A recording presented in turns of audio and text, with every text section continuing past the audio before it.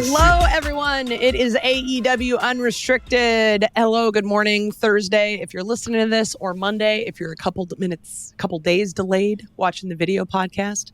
But you've got Aubrey Edwards and you've got Will Washington. How you doing, Will? I am doing great. It's March. Yeah. I mean, we're reaching the end of March. I can't believe we're this. It is the end of March. I'm accidentally writing 2022 on everything. Right. And we're like 12 weeks into 2024.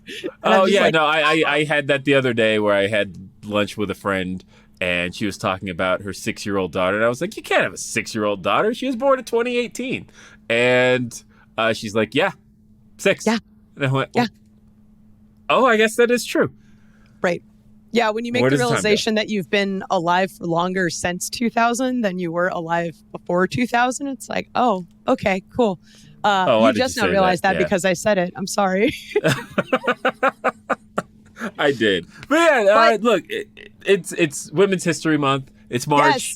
Yes. We have a lot going on in the women's divisions across AEW and Ring of Honor. Talking about just over on AEW, we've had the debut of Mercedes Moné, just killing it at Big Business. And then the following week in Toronto and then, of course, we had the women's street fight in Toronto, which was incredible. It was incredible. Willow, now the first person to participate in 3, and she got to drop that in a promo. Yes, I saw. I noticed that. I was like, oh, good line, good stat. Yeah, it's a good little stat. But speaking of stat, like Statlander was in that same match, which was absolutely incredible, and like Julia and Skye, like. When one of them brought out Tax and then the other one brought out Tax, I'm like, such a moment. Oh, this is going to be good. But I mean, you've got Toni Storm has been killing it, and then Mariah May as Toni Storm has been killing it. Like, I didn't think anyone could be better than Toni Storm as Toni Storm, but Mariah's like having me question it a little bit. And it's like Athena has been like just like owning Ring of Honor for months, almost like over a year now at this point. You've got Billy Starks is really coming to her own. Like you've just and now Sheeta just taking this place in Ring of Honor, and she just had that match with Rachel Ellering to remind everybody that, hey, I'm still here. And she's got a huge match coming up at Supercard of Honor against Athena for the Ring of Honor Women's World Championship. But then also we've got other things coming up at Supercard of Honor as well. Mm-hmm. We've got so many things coming up on AEW. Like, it's just to be a woman and to be a part of wrestling history, to see all of these things kind of happening all at once has been really incredible. And seeing all the growth of our female talent in the locker room has been really awesome. And I feel like with it being March, we kind of have to make sure that we promote one of those really, really important women that is making history during Women's History Month and really like during the 11 months out of the year. So, Will, who is our guest today? Our guest today, Aubrey, is someone that AEW fans have become quite familiar with as of late. I have grown this strong affinity to. Actually, somebody I'm interviewing for the second time, but both times that the last one took place, neither of us were All Elite. But now, she very much is. She's the one and only, one true African wrestler. It is Queen Aminata. Yay! Well, thank you guys for having me. Yes, thank you for being here. I'm so like legitimately excited because getting to know you over the last like few months especially, and seeing your growth not only as a wrestler but as like a person, and then all of the little like quips we have on show day where you're like, do you know anything yet? I'm like, how long have you worked here? Like I'm so excited you're here. As Will said, like there's the fan response to you has been so great to see, like people just falling in love with you the same way that we have. So I'm very happy that you're here because it's like, yay, like how could we not have you on the show during Women's History Month? This is just so wonderful. I'm so excited. Oh, thank you. I'm excited too. And you've got a lot coming up because you've now made it to the finals of the Ring of Honor Women's Television Title Tournament. You're going to be taking on Billy Starks at Supercard of Honor. I want to talk about your journey to the finals of this tournament. You had an incredible match against Red Velvet in the semifinals, and I actually had to watch it like 3 times. I have genuinely seen it multiple times. I watched it on our internal feed. I watched it. I wanted to see how the actual broadcast of it came together, and then I was like, "Damn, that was dope. I need to watch that again." And so those are my 3 times I've seen it. And genuinely just a phenomenal match. But honestly, you've had a great run in this tournament. I want to talk about how this all came together and how that's been for you. Honestly, there's no secret. You work for so many years and you hope to deliver, and just one day just clicks, and then especially coming back from what I went through last year, I just had one goal in mind: go out there, have fun, do what you love, and in the process, just whatever happens. That's just how I go about life now.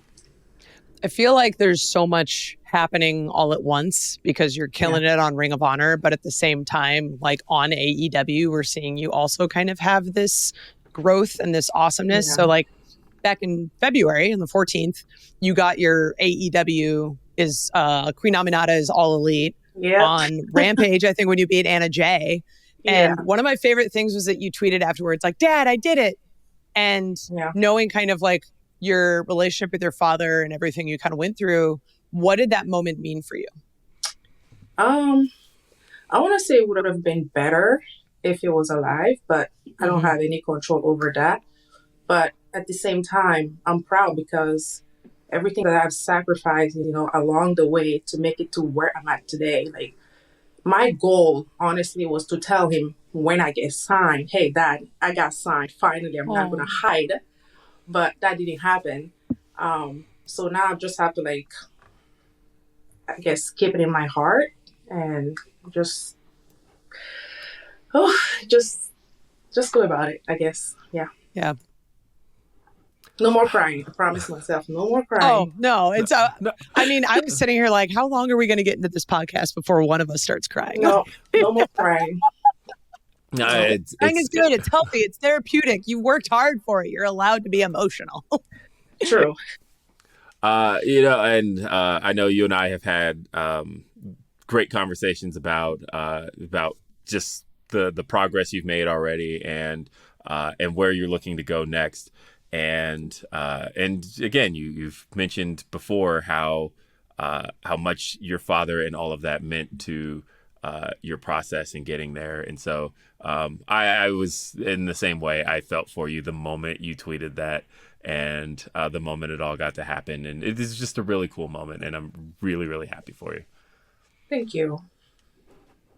I did want to ask, I want to talk about a moment that fans really gravitated toward earlier this year. You in another Rampage match back in Jacksonville had a match with Hikaru Shida. Yes. And still probably one of my favorite in-ring moments. You went for a pin. You got a 2 count. You went back for the pin, got another 2 count, and then went, "That's 4." And that, to me... I mean, she's not wrong. Was so good. That was still one of my favorite in-ring moments. You and I have talked about it, but for the audience, how did that come together? Well, since you can't hide nothing in wrestling,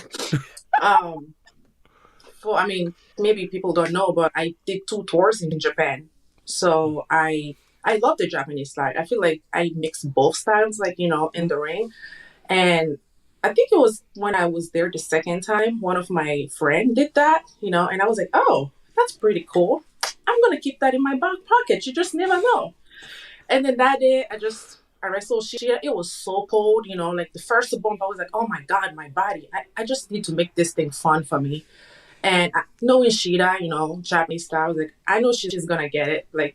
You got to have the perfect opponent to do some crazy things. You know what I mean? So finally I did it. I was like, oh, I'm glad I kept this in my back pocket. And I saw the fan retweeting stuff like that. They were laughing about it. I was so happy because, yes, I want to be in the ring. I want to fight. Like, I want to do all these crazy things, but at the same time, I want them to know, hey, I can have fun. You know what I mean? Just go with the flow. I mean, it wasn't mathematically incorrect. Right? So technically, I won that match. I mean, refs are just generally bad at counting above 3 anyway, or we're bad at counting to 3 in general. So it was just like, oh, thank you for doing the math for us. This is great. I don't know how we would have functioned without you. So, yeah, on top of that, highly like agree. Like, it is just cold in Jacksonville, and I don't think people like fully forget it. So the fact that you can have as hard a hitting match as you can outdoors in like any time that's not summer is just like, oh God. Like, it was incredible. So I don't think people fully appreciate like how incredible that match was, just given all of the like weather issues that we run into. I know. Like when they hit you, it hurts a little extra. But I'm like, oh yeah, okay. Yeah, I had been warned all along about Daly's place in January, particularly by Aubrey, and I wasn't ready for how it actually felt. I can't even imagine being in the ring with like you have kind of that isolated space, and so you don't at least have like the warmth of having multiple bodies around you.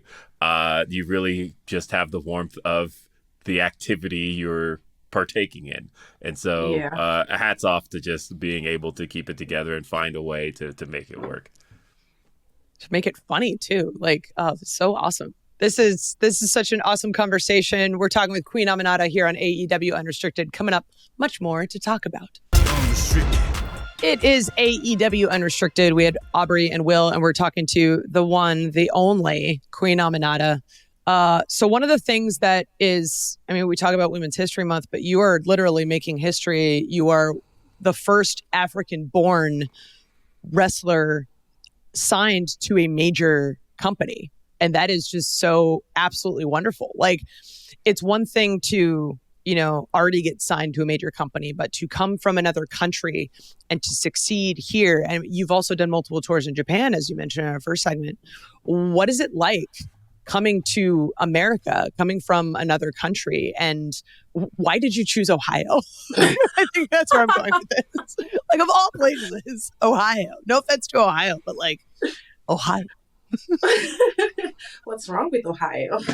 I mean, it's. I don't think we got enough time on this podcast. Well, yeah, Ohio is cold. I love Ohio, but anyways, coming from Guinea, I want to say there's nothing special about it, but there's so much more because people from here don't know, you know, Guinea, or I mean, they know Africa. It's like, Africa. What's Africa? You know what I mean? So I just wanted to give them something that they don't know, like tell them a story without talking to them, like showing them, hey, this is where I'm from, but this is what you get. I don't know if that makes sense, because I feel like the best education, even with my kids, sometimes I don't like to tell them how to do things. I like to show them, you know. Mm-hmm. So especially like being signed, this is a bigger company, like a major platform for me. So what a better way, like, for me to just express myself, like show people my culture, like my accent, how proud I am to walk in there with my cape and like all the stuff that I wear. And it's funny sometimes because some fans like, oh my God, like that's just fake accent. Like, no, are you really from Africa? Like, what the hell? And I'm like, yes, honey, I was born and raised in Africa. You know, I still go back, and but I just had bigger dreams that I couldn't, you know, realize in Africa. So I just took, you know, a chance on me, and I gave him my all. And I just said, hey, go hard or go home. And I feel like I have 2 homes now. I have USA and I have Africa. So I'm happy to be here. At the same time, I miss home, but I'm so thankful again for everything that I got, you know, I'm building here. And I know there is many more to come. So, yeah. Well, one of the things I wanted to ask you about, and it's actually not even in my notes, but I'm remembering it from the last podcast we did, which I wanted to ask you about your education, and very specifically because it's very unique to hear from a professional wrestler, particularly in the case of what you actually got a degree in. And so I don't know any of this. Yeah, so please tell the audience a little bit of your educational background. Well, I have a master's in private international law. Whoa, what? Yeah. Yes. Why don't we have this girl on an international, like an office contract? Jeez. You know, no office contract for me. I'm too juicy for that. I'm going to mention that in my annual review. Just tell Nick Sobick, like, sorry, I'm too juicy for that. Yes.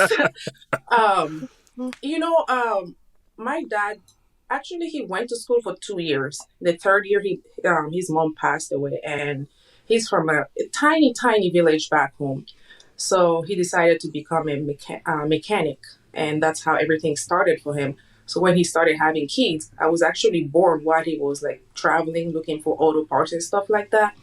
He promised himself one thing. He said, my kids will have the education that I never had. So I went to private school from day one all the way to university. And I had a choice to go to like private university or, public university. I said, Dad, I want to experience the public university. I want to take taxi. I want to do this and I want to do that with my friends. And he let me do that for 1 year. And that's when he was like, okay, well, since you're in university, because I went to university before I turned 18. I wasn't that smart. I was just a little bit smart. You know what I mean? You're very smart. Like, don't downplay it. And then he was like, hey, you want to move to actually France instead? And I was like, well, why not? But he didn't finance it for me. So I got it through, we call it Campus France. Like it's where it's a lottery stuff, like when you have like good grades and they get to finance your schools and stuff like that. So I went through that system and I went to France. I did my master's. And 1 year after actually taking my I don't know how they say that in English, like you graduate and now you're able to work. Mm-hmm. I said, I want to speak English. I'm moving to America. But I didn't tell him that. He was like, oh. When I told him finally, hey, Dad, okay, I'm here on vacation, but actually I'm not going back to France. I am going to America. Wait, what? America? You don't speak English. We don't know anybody there. I was like, well, I do. So here I am in Ohio.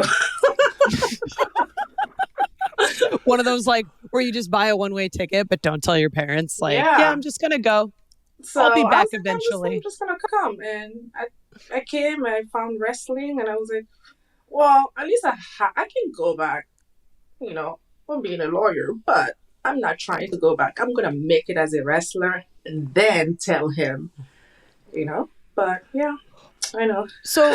So how do you make the transition from a master's student in international law in France to, you know what, I'm going to go to America and be a wrestler? Like, where does that mental jump happen? Believe it or not, since I was in high school, I used to play soccer. I would run. I would do so where you jump on the sand, like the further, like, I don't know how the long jump. The long jump. So I used to do all that. I was really into sport. But back then, like, even going to the gym, people would look at me funny, like, why a girl is coming to the gym? Like, what are you doing here? Or lifting weight, like, what are you? Just go do your cardio. But I was always the stubborn kind, and I'm like, Daddy's there to back me up. Like, you can't talk to me like that. You know what I mean? So I was just like, I love sport. Why not? Let me just try it. And I tried boxing in France, and the boxed my nose one day. I was like, no, I don't want to mess up my nose. Like, no, I don't want to touch my face. Let me find something else. Then here I am in America wrestling. Now, this is the one. We have to make it. We have to make it. And we're here. And you are absolutely making it. And of course, you mentioned you didn't know any English coming to America, but now you speak 4 languages. Yes. I know. I started learning English back in 2013 because that's when I moved here. So I'm still learning because you have some stuff that I can't say at all. And honestly, it's just funny to me. I'm like, I just go with it. But I do speak now English, 70%. Let's just put it that way. French and my dad's native language and my mom's native language, which is Soso and Fulani. That's incredible. Yeah. So which one is the hardest language to learn between English and French? English. Yeah, no, All it's this like I knew the answer to that, America, but yeah. Between English, the four, definitely. between the four, which do the majority of your thoughts occur in? ooh, Oh, French. Interesting. really? Because sometimes, like, I'll be like, give me a second, let me translate. Or we'll be talking and I will just say something in French randomly. I was like, I'm sorry, that's not English. That's French because I'm still like translating in my head. But for some reason, I will do that with Skye and she'll be like, yeah, I know what you mean. And I'm like, oh, Oh man. So let's talk about your relationship with Skye Blue, because you two are very, very good friends. yeah, we are. When did your friendship start? Was that at AEW or was that beforehand? No, on the Indies. It Oh, started that's on the awesome. Indies. And yeah, we kept it going and it's just love at first sight, you know? Yeah, I mean, Oh, you I love That's two it. my are. wife right there. Yeah, I don't- work wife. You two are some of my favorites to be around at television, and I think you guys just have such an infectious friendship, and it makes everybody just want to be like, I need to have that friend in my life, right? Because like, and I think it's almost like not hidden at all, right? Like the two of you, everybody has seen you two as friends to the point of where when a match is announced between you two, it's like, okay, we know that there's some fun that's about to be had here. And I was so excited for you guys to have that most recent match you guys had, because going back to your injury beforehand, it was nice to kind of get to meet again on television this time. And it was like kind of right at the height of Skye Blue and her heel turn and the rise of her character. So it was really cool to get to see you guys get to do that in the ring. And I remember how excited she was when I got to tell her who her opponent was. And, so I said all that to say that, again, the friendship that you guys have is I think a unique and special one that I think most people should want to find in professional wrestling. And am I remembering correctly though that you're allergic to her cat? Yes. Yeah. I know. Cats and dogs. Oh no. Cats and dogs. Yeah. Yeah. Oh, that's awful. I'm so Like, sorry. I always take my medication like when I'm there with her, but her cat is always like in my bag and always I'm like, Shaggy, go, I can't touch you, but he's always around. And I'm like, It's no. like cats are natural heels. Like they find the person that either doesn't like cats or is allergic to cats, and then those are the people they attach to. And it's like, why are you being an asshole? I know. But like, mean, I deal with it, so you deal with it when you've got a friendship that is so like strong and and powerful. And I'm legitimately jealous of you guys. I'm like, man, I wish I had like a work wife relationship the way that like it's a blessing, Aminata honestly. It's a blessing. It's so cute. It's so wonderful. And it's to see it kind of come full circle, because we kind of mentioned like your injury.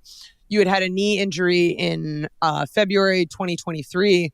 Was it in your match with Skye Blue? Yes. Yeah, dude. And then you end up going and having surgery. Like all of these things happen. Like what was that time period like? To be honest, I've been in the medical field and I never truly believed in depression. But that was my first time ever experiencing that type of pain and loneliness and feeling lost. And it just kept on adding and adding and adding. And I asked myself one day, I'm like, is this really the life that you want to live? Not to the point like, hey, I want to harm myself. Like, I'm not to that point, but like to the point where I'm like, do you really want to keep trying? Because it's not working for you right now. So that's when I just log off and no social media, nothing. Just, I was out completely, just trying to find myself again. So going through that and coming back to wrestling, that like I really had to think about it multiple times.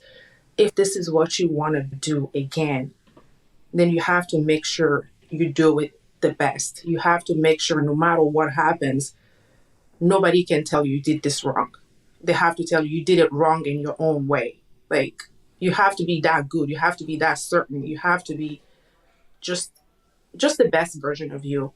And that's all I have in my head right now. So every match, every, I don't know, encounter, like whatever I do, even going to the gym or waking up early, nothing bothers me anymore because I know what I went through. So it's just I guess, AEW, be ready. Because you have your worst. Just be ready. That's all I can say. Well, this has been honestly an incredible conversation, and we've got so much more to talk about. And I want to get into a lot more in this final leg of the podcast, and we'll do that right here when AEW Unrestricted continues. AEW Unrestricted. It's Aubrey and Will, and we're talking to the one true African woman wrestler, Queen Aminata. I want to talk about the character that is really, in a lot of ways, an extension of yourself in so many different ways. It's like, we do, I think everything in wrestling obviously is turned up, maybe just to 11. But in your case, it really does feel like a genuine extension of exactly who you are. And, talk to me about exactly what made you want to bring your character to such a genuine place. I used to watch wrestling when I was back home with my dad and my grandmother. So fast forward to when I started wrestling, I think when I first started, I wanted to be the American wrestler. And then I was getting lost in the process because I'm like, there's something missing. It's just not genuine. I feel like I just was I don't know, a robot, something like that. And one day my trainer was like, hey, just be you. Don't care about anybody else. Just be you. Do you. And I was like, okay, what is doing me? Because I was so lost. I'm like, what is doing me? Like, what are you talking about? That's when I started adding the crown, the cape, the necklace. Oh, let me just speak some African in the ring until I find exactly what I wanted to do. And that's how I started, recreating again Aminata. And I was like, oh, well, this woman is just not a woman. She's more than that. She's a queen. She's a change. She's the first. She's the one. So I just started adding these layers and layers and layers. And I'm like, nobody will ever represent me better than me. And nobody will ever, talk about me way more than I will be able to talk about myself. Reason why I hate doing interviews, because people were misinterpreting. Because they see me, they're just, oh, you're just not the queen. So I was like, if I talk less, they will listen more. Because if you talk more, they will listen less. And here I am at AEW, still doing the same. Doing the same, but like so well though. Like the character you've developed over the course of your wrestling career and then bringing it to AEW, you just feel so confident. It's one of the reasons why I love working with you in the ring is that confidence you bring. It comes through in your character, in your entrance, especially like in your wrestling style. It's just so infectious. And I love working with it because I feel like it makes me more confident. Like the Aubrey character is kind of this like super confident version of Brittany. But like, oh, if I'm with Queen, like, yeah, no, let's rock and roll. This is awesome. So like, thank you for doing that. No, like, thank you. It's one of those, like, we talk about other women being inspirational and it's like, you're freaking doing that. Like, I don't know if you realize you're doing that with your coworkers, but like, I'm telling you right here, like you're doing it with me. So thank you so much for like, just being yourself and being genuine. Like, oh, it's so good. That makes me happy. Of course. So I want to go back to a little bit because you said you did 2 tours in Japan. Yeah. So how does something like that happen? Because it was back in 2020. So you had already been in America for a little bit. You had been wrestling for a bit. How do you end up going to Japan, and what were those experiences like for you? I Actually, the first time when I went there, one of my really good friend on the indies, now I call her my sister, Rachel, went to Japan. And when she came back, the Japanese promotion had asked her, hey, do you have any other girl to recommend? I think I was 2 or 3 years into wrestling. And then she said, I know this one girl. She's very young, but I know she's going to learn. She's not, because it takes certain type of people to survive in Japan, like the dojo life, because it's not for everybody. I can tell you guys that. So she finally recommended me, and I went, So I went, like, honestly, I clear my head. I am not a wrestler. I'm just a beginner. Let me start from zero. And I just had, I don't know, an amazing tour. Matches wise, I won't say amazing because I was still finding myself. But then the second time when they said, oh, you want to come back? I said, I mean, sure, why not? So I ended up going this time. It was amazing. It was completely different. And that's one of the reasons, too, I'm so glad I'm with AEW, because I know I can go back to Japan and still, work those Japanese style, work the different styles. So it was, I think, if I hadn't been in Japan, I don't think I would be the Queen Aminata that I am today, because it affected every single thing that I do in the ring, honestly. So I'm very thankful. Yeah, and that goes kind of back to what we were talking about at the beginning of the show, and some of the things you've picked up and included in your matches. And talking about those very matches that you've had this year, you have really run the gamut as far as AEW is concerned. You have had, like sometimes, when I'm pulling up win-loss records and I'm like, I can't believe how many matches she's had this year, and like how many weeks we are into this year. And the fact that number exceeds the amount of weeks is actually pretty. That's a pretty special feat to have pulled off, especially in AEW. And talking about the litany of opponents you've had, when we talk about Hikaru Shida, we talk about Chris Statlander, we talk about Mariah May, we talk about Thunder Rosa, and when we talk about all of those names, those are obviously like top tier names as far as AEW is concerned. And I said all that to say that in every single one of those matches, and I know you pay attention to these things, so don't tell me you don't. But coming out of every single one of those matches, the buzz around the match was around you, and that every single time, it didn't necessarily blow my mind because I know you and I know what to expect, but do you ever find yourself surprised that coming out of every single one of those matches with, again, we're talking about world class, we're talking about elite level talent, that every single time the conversation was about Queen Aminata? Surprised? No. Honestly, I'm not going to say I'm surprised, but like expecting it to happen right now at this moment, yes. But also, I think it goes to say that if you're in the ring with somebody and you guys are willing to work together, or let's just cancel that. Let's say you're willing to work with the person no matter what, no matter their background, how many years they've been working, no matter what they bring on the table. Are they willing to work with you? Are they not willing to work with you? Just clean plate. I don't think you will ever have a bad match with somebody. I don't care what anybody says. Because I've been wrestling, yes, I'm still young. I've been wrestling for 7 years. But I think with my personal experience, I don't care who steps in the ring with me. I tell them from the get-go, tell me what you want to do. And I will make sure I deliver that the best way that I can.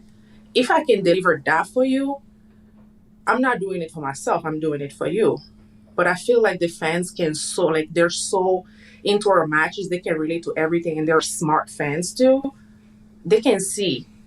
So there's no way you're going to step in the ring with Queen Aminata and be like, oh, yeah, I always come with my 50%. No, just my body language will tell you right away. You're going to come in this match 100%, and I'm not giving you a choice. That's point blank. And this is where my sassiness comes a little bit, because I'm like, we can't do this. Like, we cannot. You cannot talk about changing in wrestling and like, okay, women wrestling, this and that, and then you still act the same way. This goes again to say, you talk less and you do more. You wrestle more and you train more. You don't wrestle more and then you train less. Or like, oh yeah, I'm fine. I'm doing this. I'm doing that. No, you have to be ready 24/7 because this is a 365-day a year business. So that's how I see things. So am I surprised? No, because I believe in my hard work and dedication. That's your answer right there. Yeah, love it. So we had talked a little bit about this before we were recording, but you mentioned you were up at 3 a.m. today. Yeah, I'm up at 3:30 every day. 3:30, and why do you do that? I'm a queen. If I can do it and they can do it, that's the difference right there. I mean, this goes to say, I listen to Kobe Bryant a lot, and he says, if you can work every single day for 1 year, imagine your opponent, they're just working maybe 3 times a week. How many times are you ahead of them? And you do that for 2 years, 3 years, 4 years, 5 years. What can they say? So if I can travel, like go to TV and land, let's say I land in LA tonight, tomorrow, 3:30, I'm up, I train. By 6, I'm at my hotel room, eat, maybe take a nap. And then if call time is 2 p.m., I'm there by 1 p.m. so I can roll and do some stuff. You know what I mean? And then before people get in the building, I'm already rolling, I'm already hyped. So you're getting ready to roll around and I'm already thinking about my match. So I'm already 2 or 3 steps ahead of you. So by the time it's time for my match, I'm not rushing. I'm calm. I'm breathing. I'm sinking in. I'm just me. So I can go to the next step. There's no secret. Just work hard and stop bitching around, if I can say that. You can absolutely say that. I think people forget that, like, even though we have 2 days of TV a week, Wednesday, Saturday, like, as you said, this is a 365-day job. Like, if you are dedicated and if you want to succeed and feel that you can succeed, you have to be working every day. Yeah. It's not just, like, oh, well, whatever, blah, blah, blah. It's like, no, you're up, you're in the gym, you're training, you're in the ring, you're making sure you're eating well, you're doing all these things. So the fact that you're able to do all of that, I appreciate that you mention it, because it's like, yes, this business is hard, man. And especially facing the issues that women face in the world, where it's just you have to work twice as hard for half the credit, right? I love that you're killing it. I love it so much. Oh, thank you. I have to kill it. I have a whole continent to represent. That I don't take that lightly. I also have a whole company that, I might not be the face of the company, but I'm going to be the heart of the company, and that's the goal. You're not the face yet. Yet. Let's put it that way. Yeah. No, you're getting there.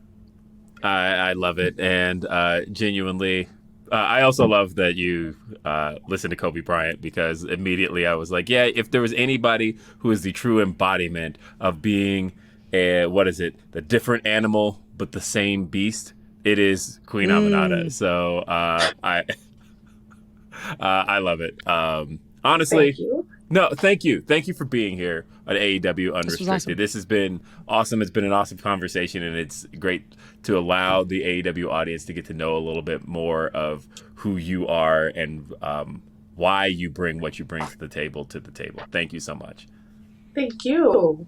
This was so wonderful. Oh my God. You can listen to episodes of this podcast every Thursday on all of your favorite podcast platforms. You can watch the video and just see how friggin' beautiful Queen is. New episodes every Monday.